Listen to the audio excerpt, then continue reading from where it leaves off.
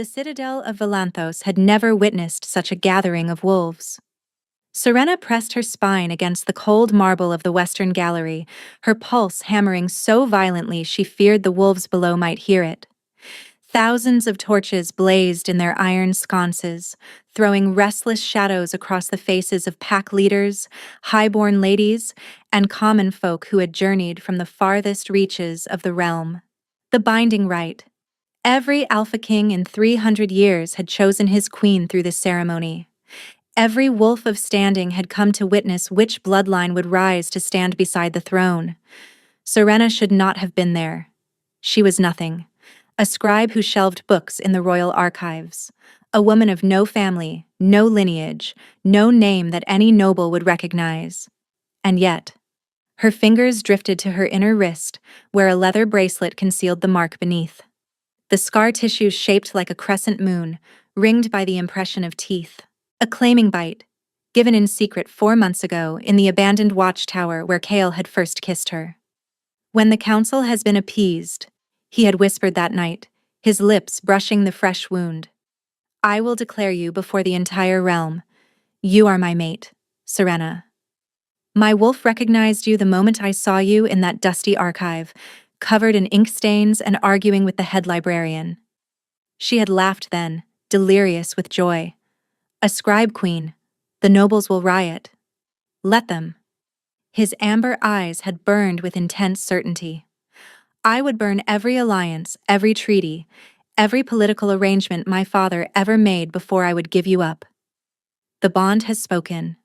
You are mine. She had believed every word.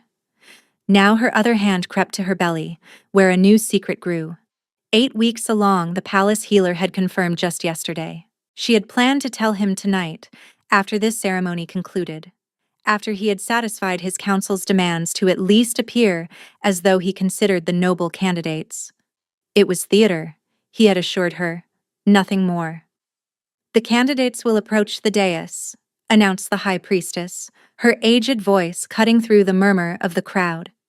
Serena's nails carved half-moons into her palms as she watched 4 women ascend the obsidian steps, daughters of the great houses, each one draped in ceremonial white silk, each one trained from birth to become a king's consort. And at their head, with hair like burnished copper and eyes the color of a winter storm, walked Valaria of House Raventhorn. The crowd stirred with approval. The Raventhorns controlled the eastern mountain passes. They commanded 5,000 warriors and held debts over half the minor houses in Valanthos. For years, they had positioned their eldest daughter for this exact moment. Serena searched for Chaol's face on the dais. He stood with his back straight, his broad shoulders rigid beneath the ceremonial black leather. Even from this distance she knew every plane of that face, the sharp jaw, the dark hair that fell across his brow, the mouth that had whispered her name like a prayer.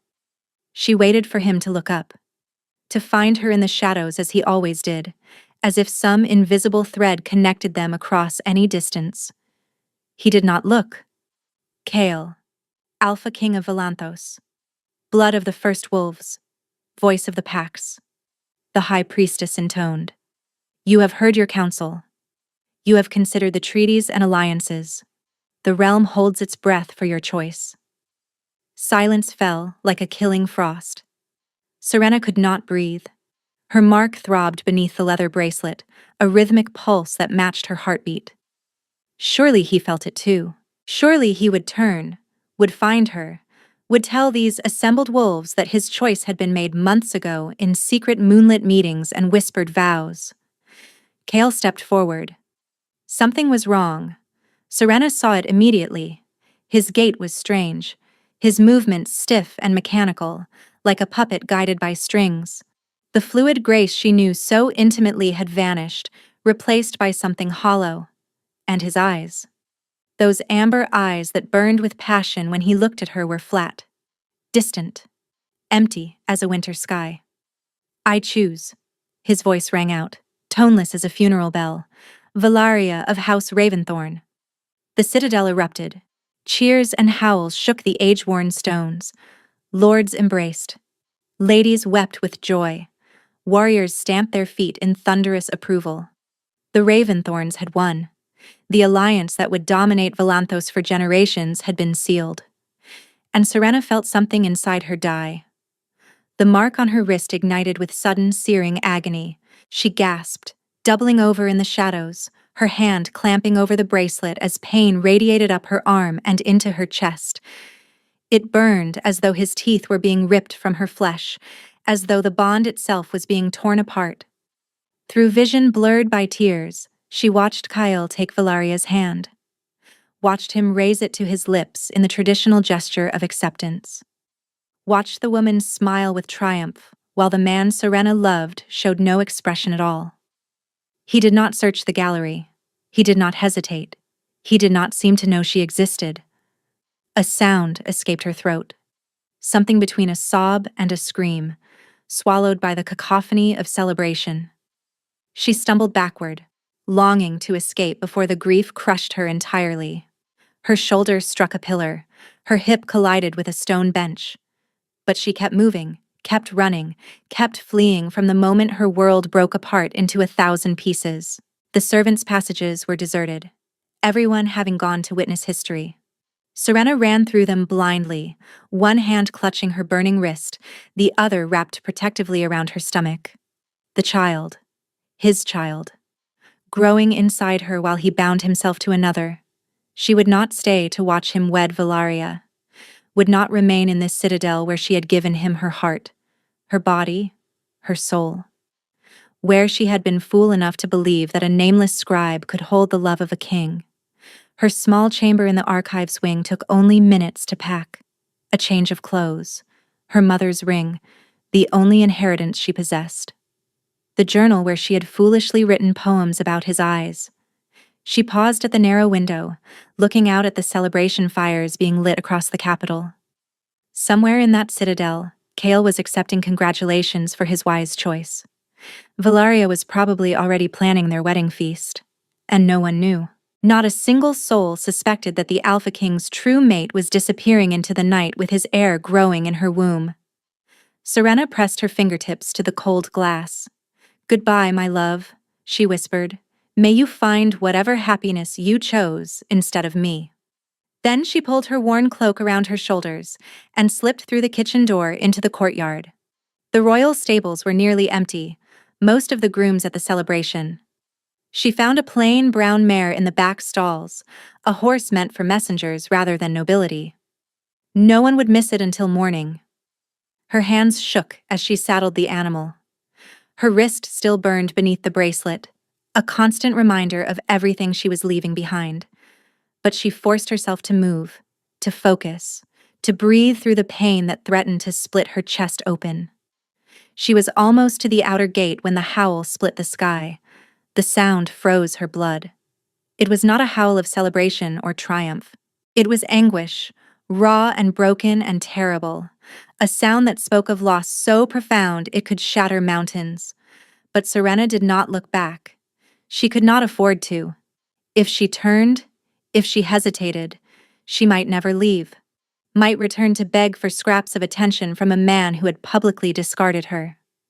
She kicked the mare into a gallop and vanished into the winter darkness. Behind her, in the citadel of Volanthos, she did not see the shadow that burst onto the balcony overlooking the courtyard. She did not see the amber eyes that flickered with sudden, urgent clarity, tracking the rider who disappeared through the gates. She did not hear the second howl, longer and more devastating than the first, a sound that made every wolf in the capital lift their heads in shared grief. And she did not know that by the time Kale reached her empty chamber, his hands shaking as he touched the cold sheets where her scent still lingered, Serena was already 3 leagues away. When dawn broke over the mountains, she was gone. And the Alpha King stood alone in the archives, holding a leather journal filled with love poems, reading words that fractured what remained of his heart. 4 months later, the village of Willowfen had almost forgotten it had a newcomer.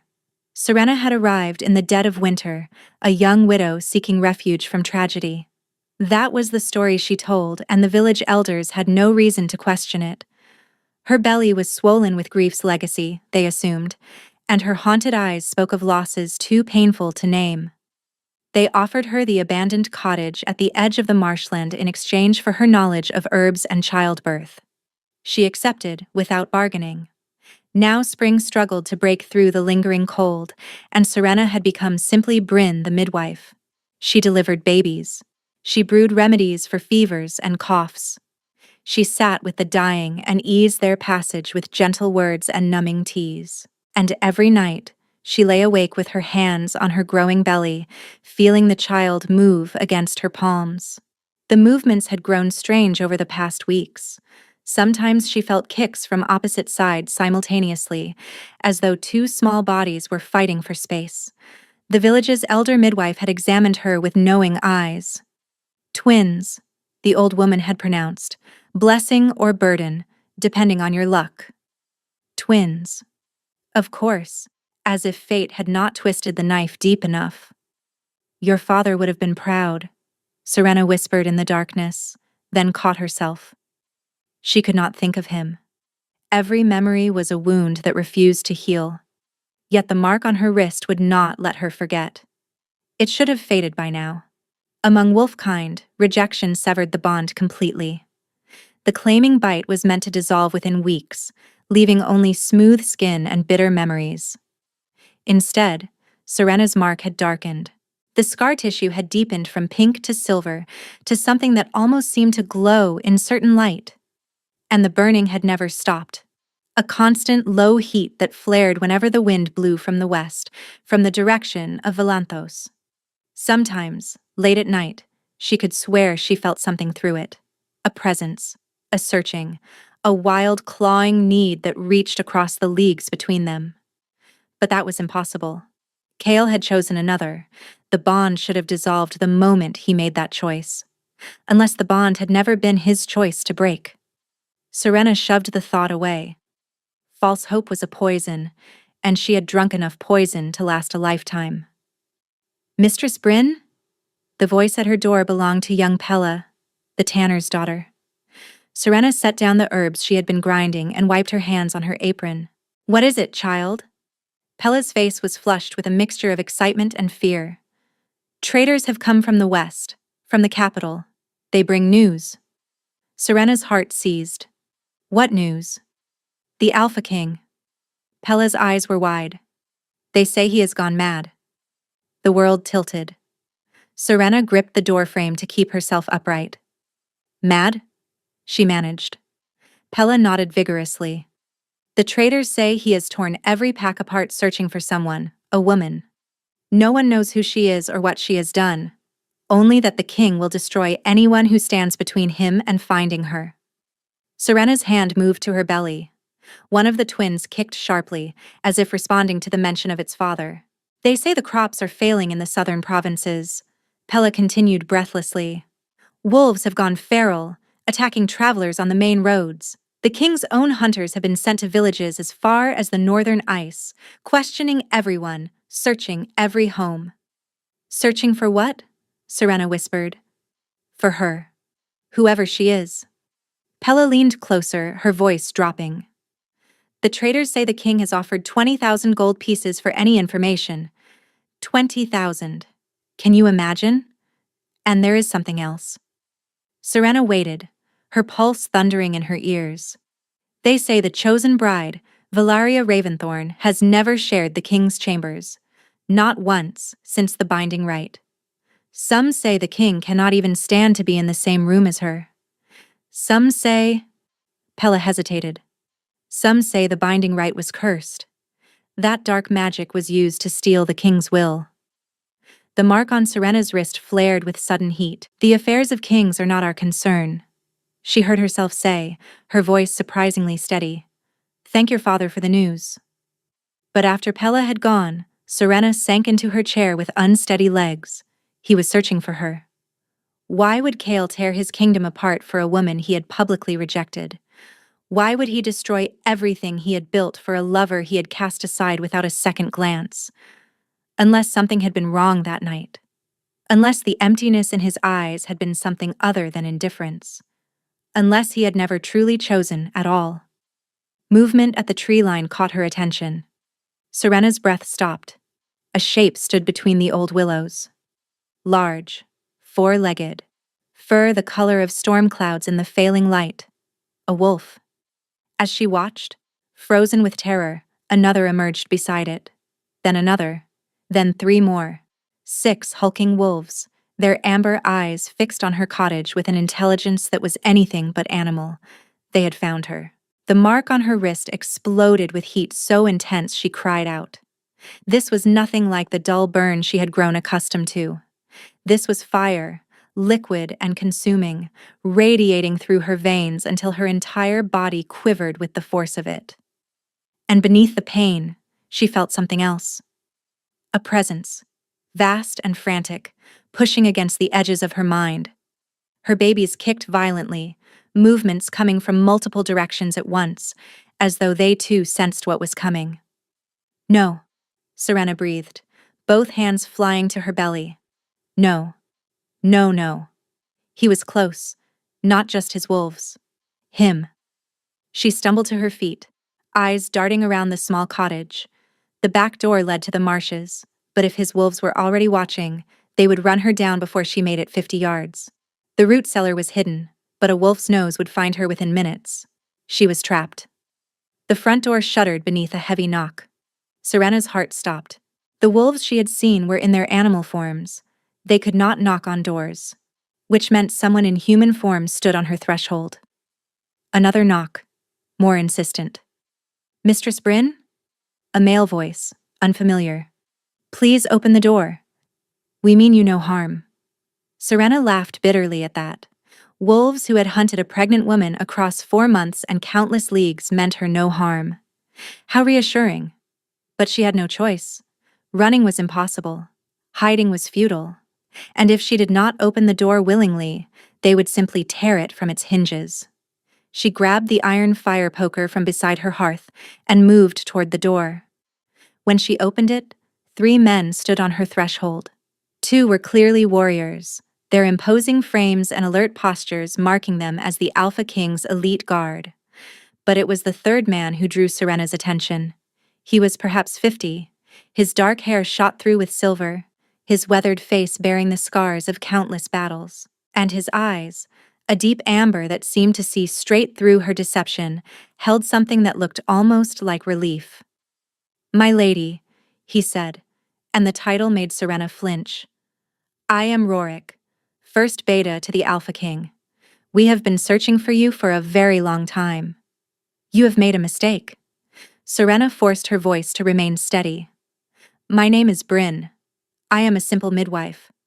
Rorik's expression shifted to something like sympathy. "You are Serena, daughter of No House, formerly a scribe in the royal archives. You bear the king's claiming mark on your left wrist and his children in your womb." The poker wavered in Serena's grip. "How do you know about the mark?" "Because the king has described it to every wolf in the realm. Because he has not slept more than an hour at a time in 4 months. Because he is destroying his own kingdom to find the mate who vanished without explanation." Rorik paused. "May we come in?" Serena wanted to refuse, but her legs were shaking, her mark was burning, and one of the babies had finally stilled, as if listening. She stepped aside. Rorik entered alone, leaving the guards at the door. His eyes swept across her modest cottage, taking in the drying herbs, the simple furniture, the narrow bed where she had spent countless nights crying into her pillow. "He did not choose her," Rorik said quietly. "Valeria, I mean.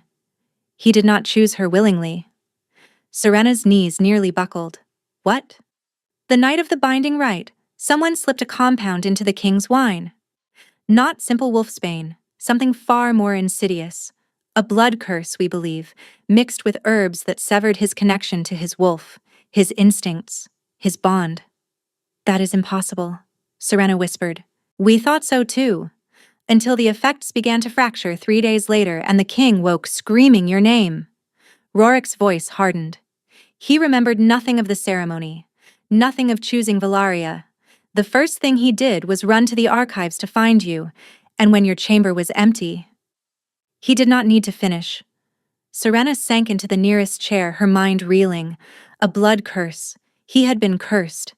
The empty eyes, the mechanical movements, the complete absence of recognition. It had not been rejection at all. It had been violation.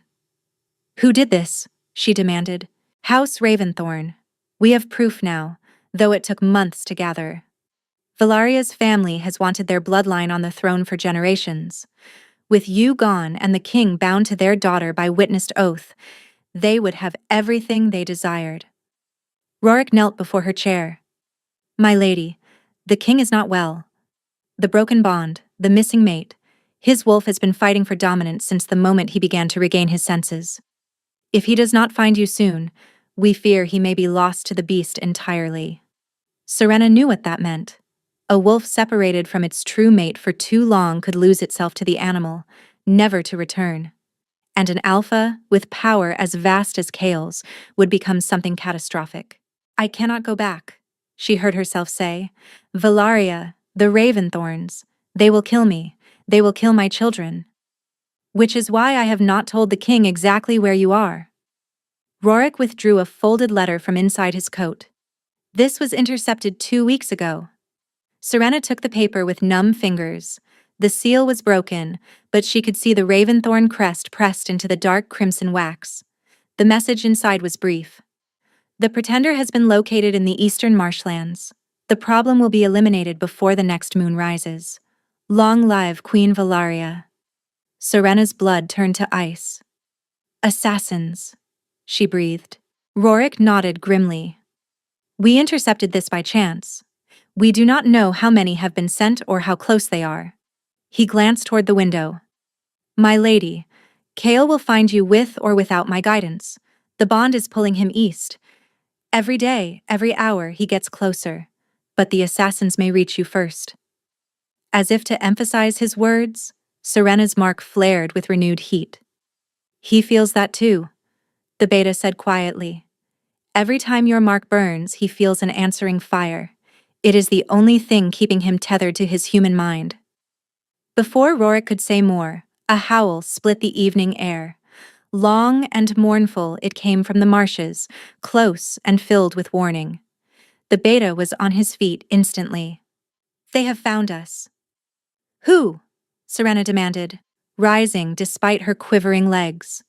Through her window she could see shapes moving between the willows. Not the gray wolves who had watched her cottage earlier. These were different. Darker. Their movements coordinated with predatory precision, and leading them, stepping from the shadows with a blade that gleamed with oily darkness, was a figure in black leather whose face was hidden behind a mask shaped like a snarling wolf. The Raventhorn assassins had arrived. The first arrow shattered Serena's window before she could draw breath to scream. Rorik moved with supernatural speed, shoving her toward the back of the cottage as glass exploded across the floor. The 2 guards burst through the front door, already shifting mid-stride, their human forms dissolving into enormous wolves that lunged toward the tree line. "The cellar," Rorik commanded. "Now!" "There is no way out from the cellar," Serena gasped. "You only need to survive until reinforcements arrive."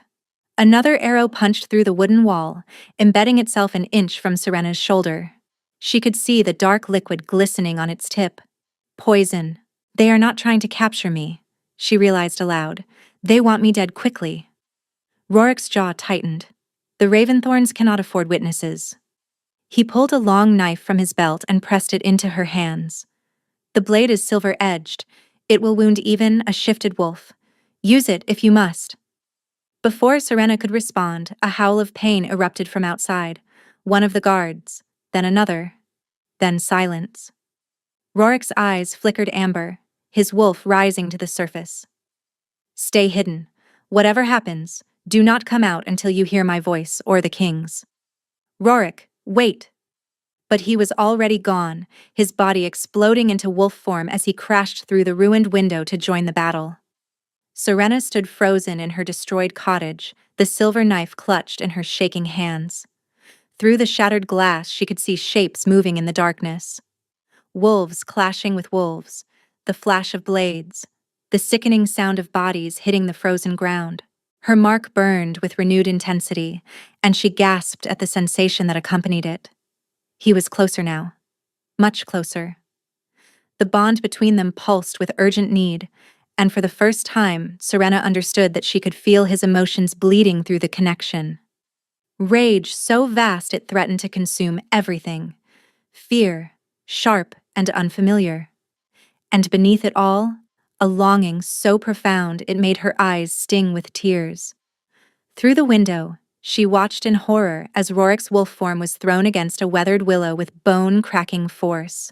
He struggled to rise, blood matting his silver-streaked fur, but 4 dark wolves circled him with predatory patience. He was losing. Serena's gaze dropped to the cellar door. She could hide as Rorik had instructed, could wait in the darkness and pray that help arrived before the assassins found her. But Rorik would be dead by then. The guards were already silent, and she would be cowering underground while wolves died to protect her. No. She had spent 4 months running, 4 months hiding, 4 months letting fear dictate her every choice. Not anymore. Serena had kept her gift secret her entire life. The ability to see through the veil, to glimpse the threads of life that connected all living things. Among common folk, such power would mark her as unnatural, as something to be destroyed. But she was already marked for death. What did she have left to lose?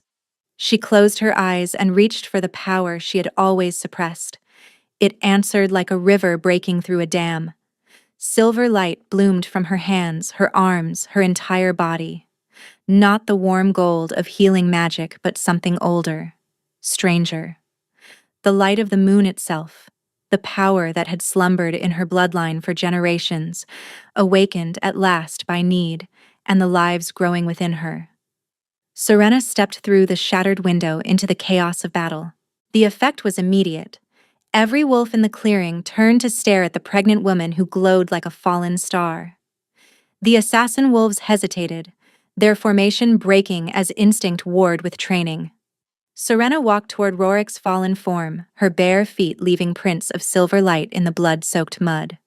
"You will not have him," she said, and her voice carried harmonics that were not entirely human.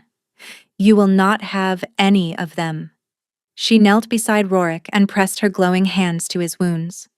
The beta gasped as energy poured into his broken body, knitting bone and closing gashes with impossible speed. One of the assassin wolves lunged toward her with jaws wide. The silver light around her flared like a second moon.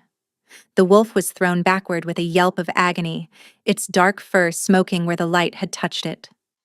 It scrambled to its feet and fled into the marshes, followed by 2 of its packmates. But not all of them ran. The masked figure stepped into the clearing, blade raised. Unlike the wolves, this assassin was fully human, apparently unaffected by the magic that had scattered the others. "Impressive," a male voice said from behind the snarling mask. "The Raventhorns will be very interested to learn that the king's whore is a moon-touched witch." Serena's power flickered. The healing she had poured into Rorik had cost her more than she realized, and her reserves were dangerously depleted. The twins stirred uneasily, as though sensing their mother's exhaustion. The assassin's blade rose for the killing stroke. And then, the world exploded. Trees splintered like kindling as something immense crashed through the willows. The ground shook with the force of its approach. The remaining assassin wolves scattered in pure, primal terror. The masked man spun toward the sound, his blade swinging to track the new threat. He was not fast enough. A wolf the size of a warhorse burst from the tree line. Its fur was black as a moonless night, its eyes bright with golden fire that seemed to illuminate the entire clearing. It moved with a speed that defied comprehension, crossing the distance between the trees and its prey in a single, devastating bound. Its jaws closed around the assassin's blade arm with a sickening crunch. The man's scream was cut short as the towering wolf shook him like a rag doll, then flung his broken body into the darkness. It turned in a circle, searching for more threats, finding none. Then those burning golden eyes fixed on Serena. She could not move, could not breathe, could only stare at the creature that radiated power like heat from a bonfire. The wolf approached her slowly, each step deliberate, controlled, Blood dripped from its muzzle, its body blocked out the stars. And yet, when it finally stood before her, it lowered its great head and pressed its nose gently to her belly. Both twins kicked at once as if recognizing their father's presence. The wolf made a sound that was almost a whimper. "Kale," Serena whispered. The shift happened in the space between heartbeats. One moment, a wolf stood before her. The next, a man knelt in the blood-soaked mud, his hands hovering over her stomach as if he was afraid to touch her. He looked up, and Serena saw that the Alpha King was weeping.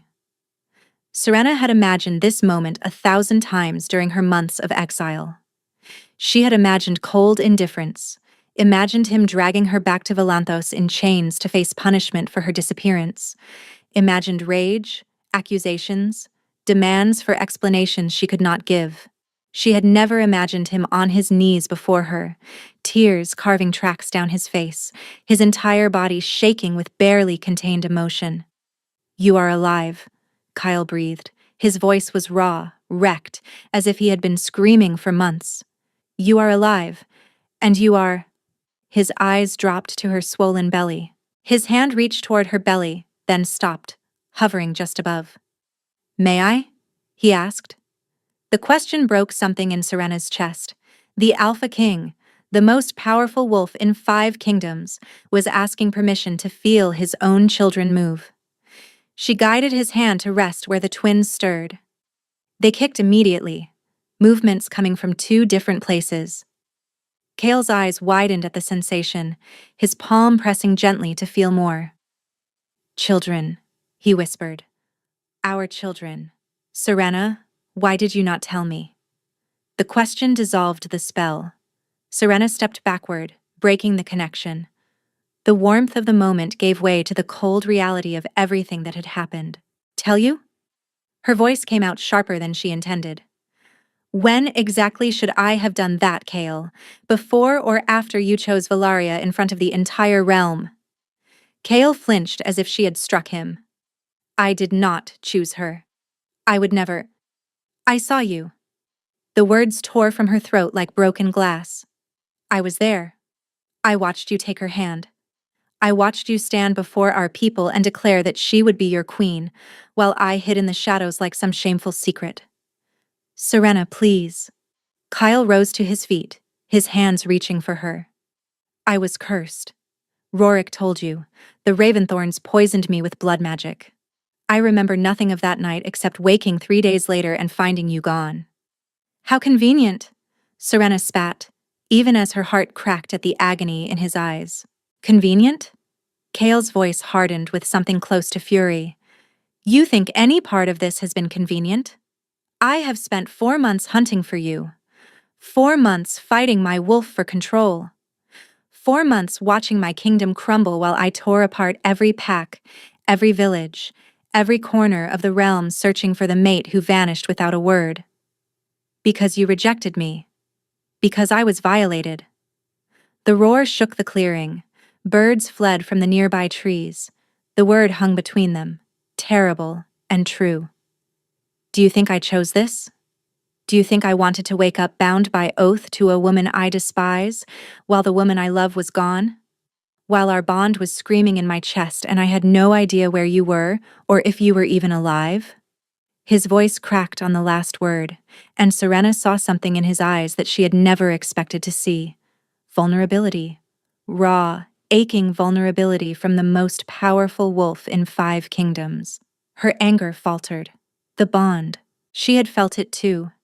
Every day of her exile. The burning mark that should have faded but never did. The ache that followed her into sleep and greeted her upon waking. The sense of him searching, always searching, like a lighthouse she could never quite reach. "I thought you had thrown me away," she whispered. "I thought everything you said was a lie, that I was just a convenient distraction until you were forced to choose someone worthy of your crown." Kale closed the distance between them in 2 strides. His hands cupped her face, tilting it up until she had no choice but to meet his gaze. "You are worthy of everything," he said with sharp intensity. "You are my mate, my true mate. The bond recognized you before I even knew your name. Do you think I would give that up for politics? For power? For anything in this world or any other? A sob escaped Serena's throat. She had held the grief inside for so long, had built walls around her broken heart to keep functioning. But now, with his hands on her face and his words cracking through her defenses, those walls were crumbling. I waited for you, she choked out. That night, I waited in my chamber for you to come to me. I was going to tell you about the babies. I had practiced the words 100 times. Kale's expression crumbled. Serena. And when you did not come, I went to find you. Instead, I found you choosing her, kissing her hand, looking at her like she was your future while I stood in the shadows with your children growing inside me. She pounded her fist against his chest, but there was no strength behind the blow. Do you know what that felt like? Do you have any idea? Kale caught her wrist and pressed her palm flat against his heart. Yes, he said quietly.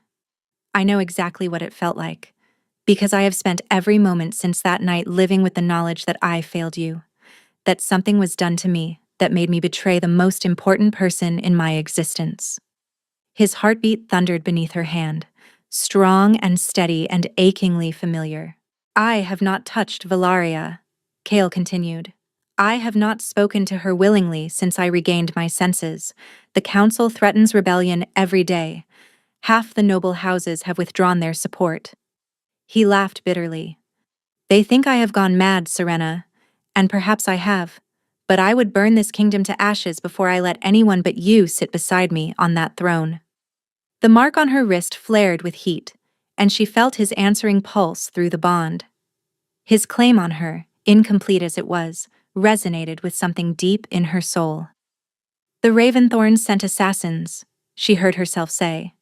They want me dead. Kale's eyes hardened to molten gold. Then the Raventhorns will learn what happens to those who threaten my mate. A rustle from the marshes interrupted them. Rorik limped forward, his body still bearing the marks of battle despite Serena's healing. My king, the beta said carefully. The assassin you destroyed was Marius Raventhorn, Valaria's younger brother. The name hung in the air like poison. Then there is no more pretense, Kale said grimly. The Raventhorns have openly attempted to murder the true queen of Valanthos. This is war. His hand moved to her belly again, cradling the curve where his children grew. They tried to take everything from me, my mate, my heirs, my very will. I will not allow them to threaten our family ever again. A howl rose from the forest, long and mournful. More followed, dozens of voices joining in a chorus that seemed to shake the very earth. The king's wolves have arrived, Rorik said. All of them. Serena looked past Kale to see shapes emerging from the darkness. Wolves of every size and color, filling the clearing, their eyes gleaming with bold loyalty. We ride to Valanthos tonight, Kale announced.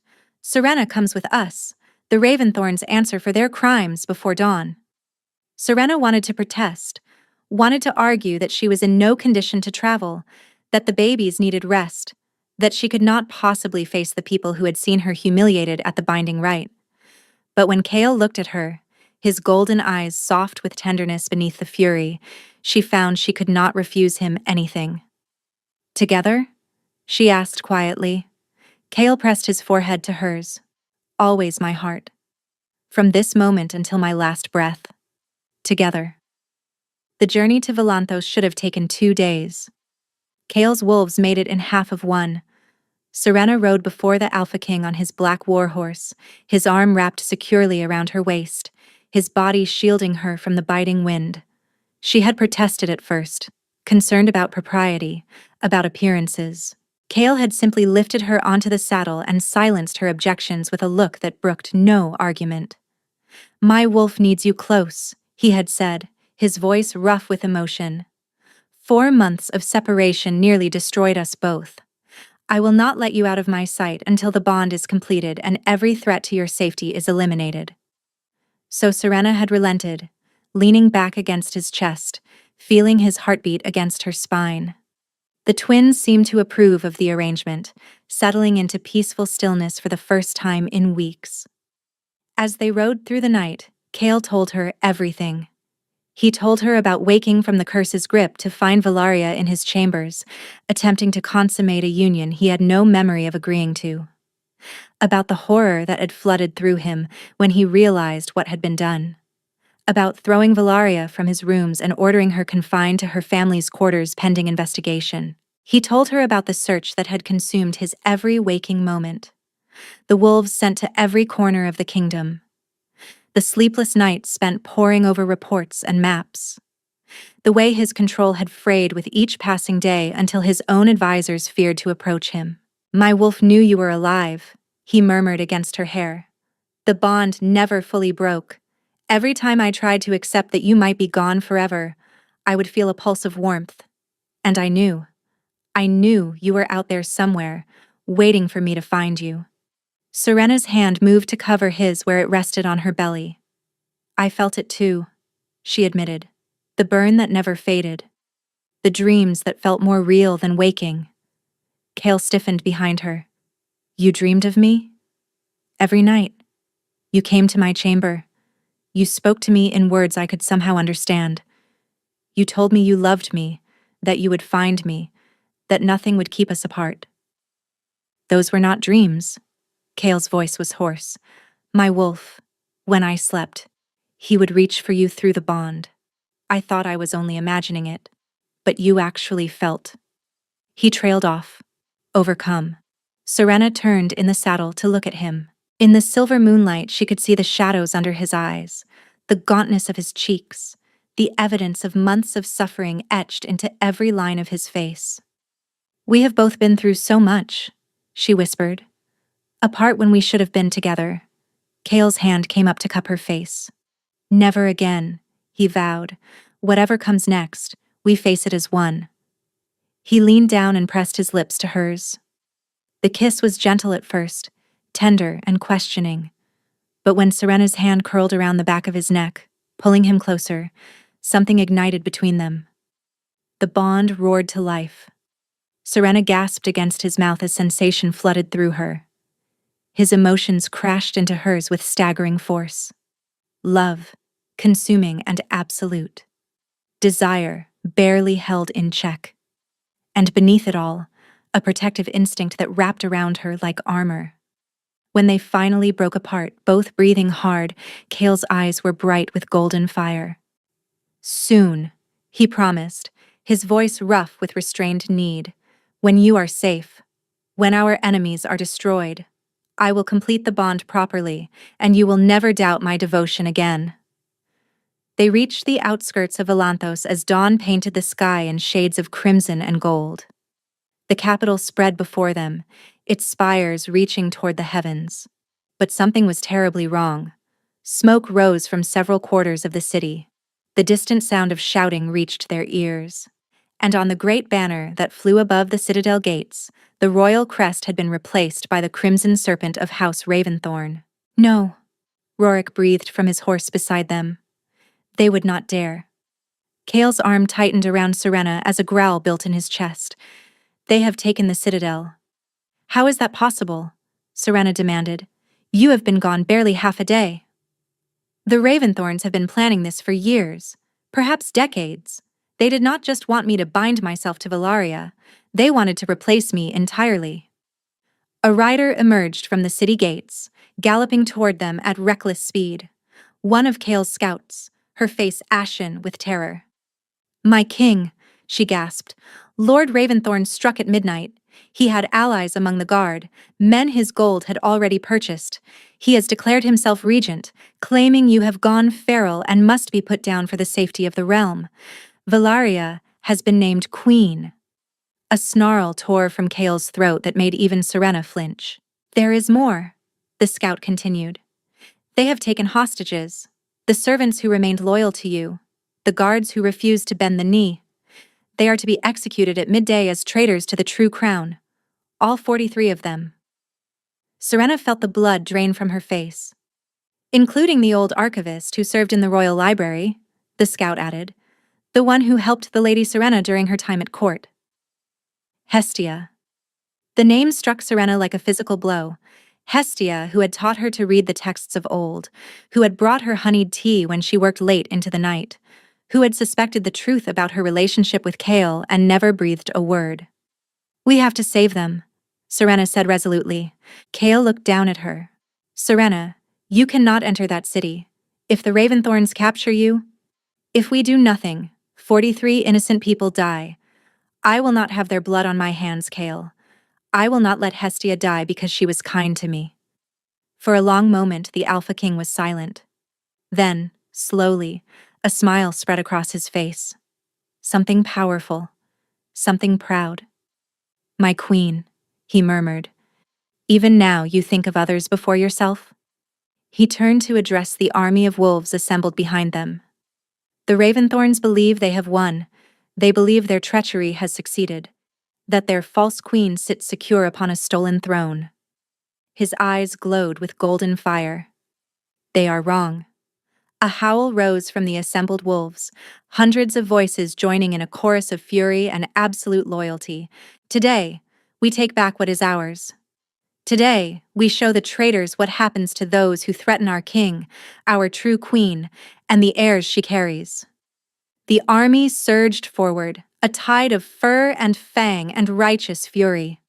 And at its head, with his mate held close against his heart, the Alpha King rode to reclaim his throne. The battle for Volanthos was brutal and swift. The Raventhorns had expected resistance. They had prepared for a siege, for negotiations, for the political maneuvering that typically preceded such conflicts. They had not expected an army of wolves driven by 4 months of rage and the primal imperative to protect their king's mate and unborn heirs. Serena watched from a protected position on the hillside as Kale led the charge. Even from this distance she could feel his fury through the bond, a blazing inferno that scorched through her veins. His wolf form was terrible to behold, a shadow of death that tore through the Raventhorn defenders like parchment. Within an hour, the outer walls had fallen. Within 2, the citadel gates lay in ruins. But as the sun climbed toward its noon peak, a messenger came running with news that turned Serena's blood to ice. "My lady, Lord Raventhorn has barricaded himself in the great hall with the hostages. He says if the king does not surrender himself, he will begin executing them one by one, starting with the old archivist." Serena was moving before she consciously decided to, ignoring the protests of the guards Kale had left to protect her. Her body ached from the journey, her back screaming with the strain of carrying the twins, but none of that mattered. She had to reach the Great Hall. The citadel corridors were chaos. Bodies of fallen wolves littered the marble floors. The scent of blood hung thick in the air. But Serena pushed through it all, following the pull of the bond toward where she knew Kale would be. She found him at the doors of the Great Hall, held back by Rorik and 4 other wolves. "You cannot go in there," Rorik was saying. "It is exactly what Raventhorn wants. He will use you as a hostage, force concessions." "If I do nothing, innocent people die," Kale replied, his voice ragged with frustration. Serena pushed through the guards. "Kale." He spun at the sound of her voice. "Serena, what are you doing here? I told you to stay." "I know what you told me." She stopped before him, tilting her chin up defiantly. "And I am telling you that I will not hide while others die in my place. This is not your fight." "It became my fight the moment the Raventhorns decided I was an obstacle to their ambitions." Serena placed her hand on his chest, feeling his heart thunder beneath her palm. "And it became my fight the moment I fell in love with you." Kyle's breath caught. In all their months together, through all their whispered conversations and stolen moments, neither of them had ever spoken those words aloud. "Serena," he whispered. "I love you," she repeated, stronger now. "I loved you when I thought you had betrayed me. I loved you through 4 months of exile and heartbreak, and I will not let that love make me a coward now." She turned toward the great hall doors before he could respond. "Lord Raventhorn," she called out, her voice ringing through the time-worn stone. "I am Serena, the woman your family has tried so hard to destroy. I am coming in. Alone." "Serena, no." Kale grabbed her arm. She looked back at him. "Trust me." Please. Something passed between them through the bond. Not words, but understanding. Faith. And beneath it all, a prayer that this would not be the last time they looked upon each other. Kale released her arm. Serena pushed open the doors and stepped into the great hall. The scene inside was worse than she had imagined. 43 hostages knelt in a line before the raised dais, their hands bound, their faces pale with terror. Armed Raventhorn soldiers stood behind them with blades drawn, positioned for efficient slaughter. And on the throne that should have belonged to Kale sat Lord Aldrich Raventhorn, his silver hair gleaming in the torchlight, his cold eyes fixed on her with predatory interest. Beside him stood Valeria. "So this is the creature that has caused so much trouble," Valeria said, her lip curling with contempt. "A scribe with ink-stained fingers and a swollen belly. How pathetic that my brother died for this." Serena ignored her, her gaze finding Hestia among the hostages. The old archivist's eyes were wide with fear, but also with something else. Hope. "Run, child," Hestia whispered. "Run while you still can." "I am done running." Serena turned to face Lord Raventhorn.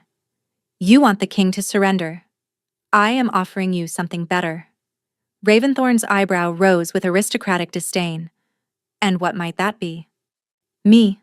Serena placed her hand on her belly. "The king's mate and his unborn heirs. Take me as your hostage instead. Release the others." "No."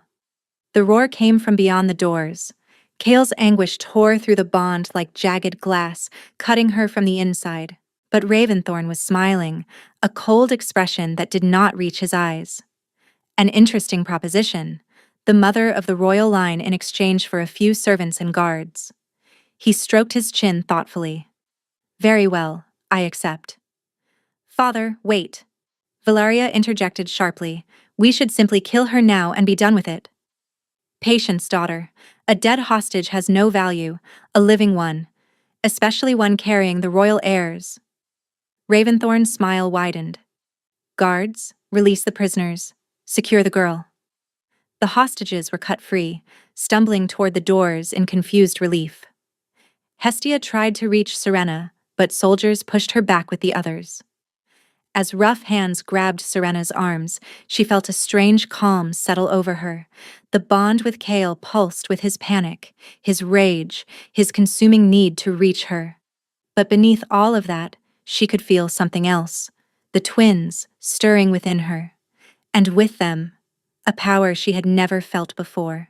Her children were not just Kale's heirs, they were the product of a true mate bond, something that had not occurred in the royal bloodline for 7 generations.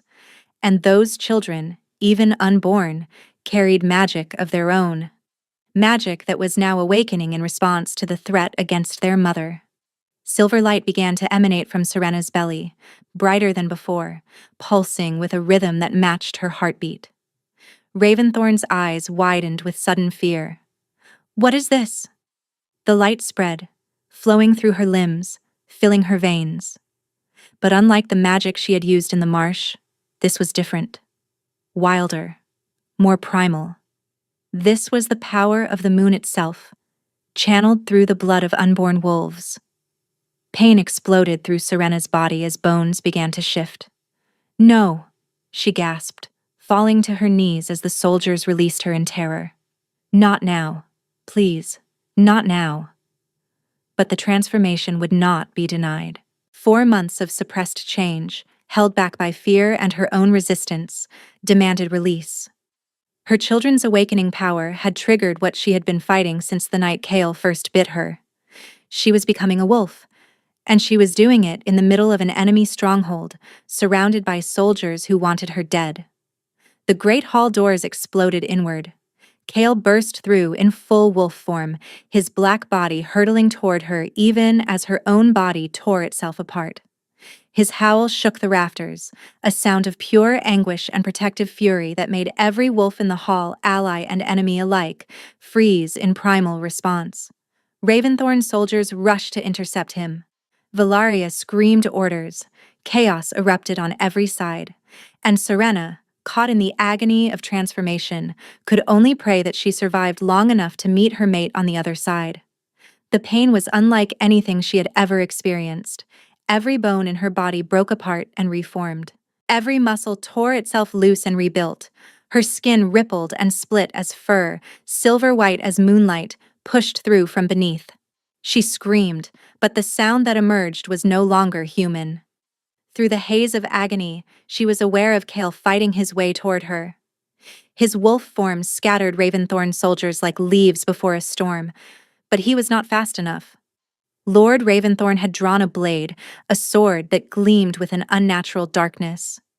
Cursed steel, she realized, the same blood magic they had used on Cale. If I cannot have the throne, Raventhorn snarled, raising the blade over Serena's convulsing body. Then neither will he. The sword descended and stopped. Serena's hand, no longer fully human, had caught the blade. Silver-white fur covered her fingers, and claws that had not existed moments before dug into the cursed steel. The dark magic burned against her palm, but she held firm. No, she growled, and her voice carried harmonics that resonated with primeval power. The transformation completed in a surge of silver light. Where a pregnant woman had knelt, a wolf now stood. Her fur was the color of moonlight on fresh snow, her eyes glowing with amber fire that matched Cale's own. She was smaller than his form, but no less magnificent, and she was furious. Serena lunged, her jaws closed around Raventhorn's sword arm with savage precision. The Lord screamed as bones crunched, the cursed blade clattering to the marble floor. She shook him once, twice, then flung him aside like a discarded puppet. Across the hall, Valeria shrieked with rage. "Kill her! Kill them both!" But the remaining Raventhorn soldiers were backing away in terror. They had signed on to support a coup, not to face two enraged wolves of the royal bloodline. One by one, they dropped their weapons and fled. Cale reached her side, his black fur pressing against her white. Through the bond, she felt his profound relief, his awe, his resolute pride. "You shifted," his voice echoed in her mind, the mate bond carrying his thoughts directly to her. "Serena, you shifted." "I had motivation," she replied, surprised by how natural the mental communication felt. Cale's wolf made a sound that might have been a laugh. "My brave, impossible mate." Valeria had retrieved her father's fallen sword and was advancing toward them with murder in her eyes. "You ruined everything," Valeria hissed. "You were supposed to be nothing, a scribe, a distraction. Instead, you have destroyed my family, stolen my crown, and now you stand there wearing a form you do not deserve." Serena shifted back to human, her body flowing through the change with surprising ease. She stood before her enemy, one hand resting on her belly where the twins still grew, miraculously unharmed by the transformation. "I did not steal anything," Serena said quietly. "The bond between Cale and me was forged by fate itself, not by ambition or blood magic. Your family tried to break it with curses and lies. All you accomplished was proving that true mates cannot be separated by the schemes of lesser wolves." Valeria screamed and charged. She never reached her target. Cale's jaws closed around her wrist, forcing her to drop the sword. He shifted back to human form, holding the struggling Valeria immobile while his wolves flooded the hall to secure the remaining Raventhorns. "Valeria of House Raventhorn," Cale announced, his voice carrying to every corner of the great hall. "You and your family are charged with treason, blood magic against the crown, and attempted murder of the true queen. You will face judgment before the assembled Pax." "You cannot do this," Valeria spat. "You chose me. Before the entire realm, you chose me." "I declared nothing." Cale's eyes burned gold with barely contained fury. A puppet controlled by blood magic is not a king making choices. The binding rite was a violation. It was always void. Guards brought cloaks to cover them both. Cale wrapped Serena in warm fabric with infinitely gentle hands, a stark contrast to the violence he had just unleashed. "Are you hurt?" he asked quietly, his eyes searching her face. Serena paused, taking inventory of her body. It felt different now. Stronger. more alive.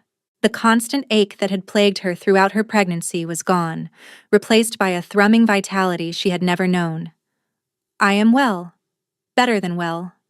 Kyle's hand found her belly, and his eyes widened as he felt movement from two distinct places. "The children," he breathed. "They saved us," Serena said softly. "Their power triggered the change. They protected all of us." Kale made a choked sound and pulled her into his arms. Through the bond, she felt the walls he had built around his heart finally giving way, felt the flood of emotion he had held back for 4 months of searching and suffering. "I thought I had lost you," he whispered against her hair. "When Raventhorn raised that sword—" "I know." Serena pulled back to cup his face in her hands. "But I am here. I am not going anywhere. Not ever again." Kale's eyes searched her face, and she saw moisture gathering in them once more. "The bond," he said hoarsely. "It needs to be completed. Properly. If you will have me." Serena thought of everything they had been through. The secret meetings in the watchtower. The whispered promises in the archive stacks. The devastating betrayal that had not truly been a betrayal at all. The months of separation. The battle and the blood and the terrifying, glorious moment when she had embraced the wolf within. "I will have you," she said. "I have always been yours, Kyle. From the moment we met." He kissed her then, in front of the assembled wolves, and the defeated Raventhorns and the hostages who were weeping with relief. When they broke apart, Kale tilted his head, baring his throat to her in the gesture of a wolf offering himself completely to his mate. "Claim me," he said. "Make it complete." Serena understood instinctively what to do. Her wolf rose within her, guiding her movements as she pressed her lips to the spot where his neck met his shoulder. She felt his pulse thundering beneath her mouth. Her teeth sank into his flesh. The bond exploded between them. It was not pain. It was completion. 2 halves of a single soul finally becoming whole. Serena felt Kale's essence pour into her as hers flowed into him. Every memory, every emotion, every secret corner of their hearts laid bare to each other. She saw the night of the binding rite through his eyes. Not the empty puppet she had witnessed from the gallery, but the horror of waking 3 days later with no memory of what he had done. She felt the urgency of his search, the way his wolf had howled in anguish every night, the slow descent toward madness as days turned to weeks, and weeks to months, with no sign of her. She felt his terror when he had seen Raventhorn raise that sword over her convulsing body, felt the way his heart had stopped in his chest, the way his wolf had screamed with primal fury, driving him forward with strength he did not know he possessed. Felt the crushing relief when her transformation had completed, and she had stood before him, magnificent and powerful and alive. She saw herself through his eyes, not a nameless scribe, but a woman of extraordinary courage and compassion. The scholar who had captivated a king with her quick wit and spirited heart. The mother of his children. His fated mate, chosen by destiny itself. The most precious soul in his entire existence. And he saw himself through hers. Not a king who had failed her, but a man who had fought against impossible odds to find her. Who had torn his kingdom apart rather than accept a false mate. Who loved her with a ferocity that transcended blood curses and political schemes, and even death itself. A man worthy of the love she had never stopped feeling, even in the darkest moments of her exile. When Serena finally released him, they were both overcome. "My queen," Kale breathed, pressing his forehead to hers. "My king," she answered. Around them, wolves began to howl, a celebration of victory, of justice, of a true mate bond, finally, completely, eternally sealed. In the weeks that followed, the Raventhorns faced judgment before the assembled packs of Valanthos. Lord Aldrich was executed for his crimes, his final moments spent in silence, too proud even then to beg for mercy he would never have received. Valeria was exiled to the frozen wastelands beyond the northern mountains, stripped of her name and her wolf, condemned to live out her days as the nothing she had once accused Serena of being. The kingdom healed slowly but surely. The crops that had withered under the weight of their alpha's suffering began to grow again. The wolves who had grown feral, driven mad by the broken bond between their king and his true mate, returned to their senses as the completed bond radiated peace and stability throughout the realm. The people of Volanthos celebrated their true queen with a joy that surprised Serena.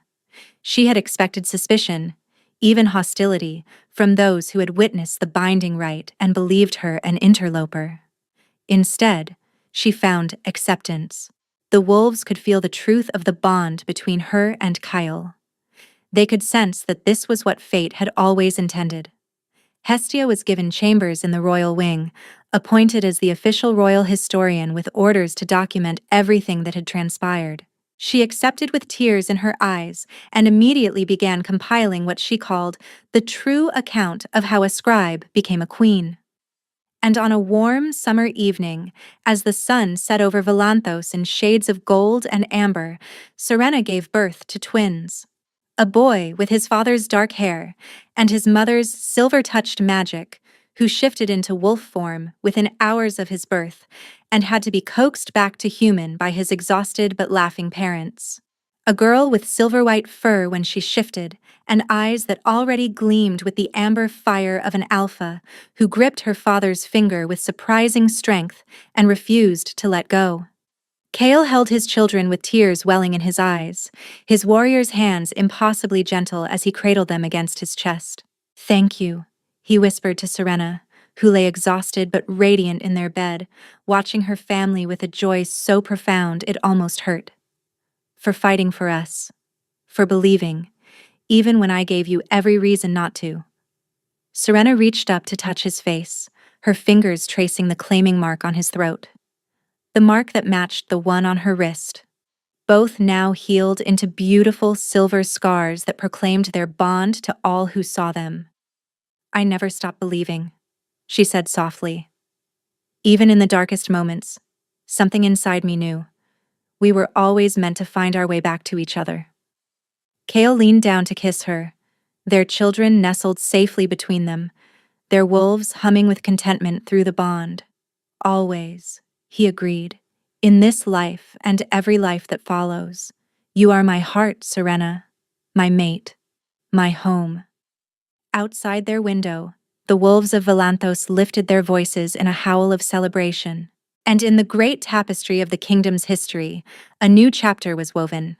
The story of a scribe who became a queen, of an alpha king who tore every pack apart to find his true love, of a bond that could not be broken by blood magic or betrayal, or even the cruelest machinations of fate. They had found each other against all odds, and they would never be parted again. Thank you so much for listening. I hope you enjoyed this story.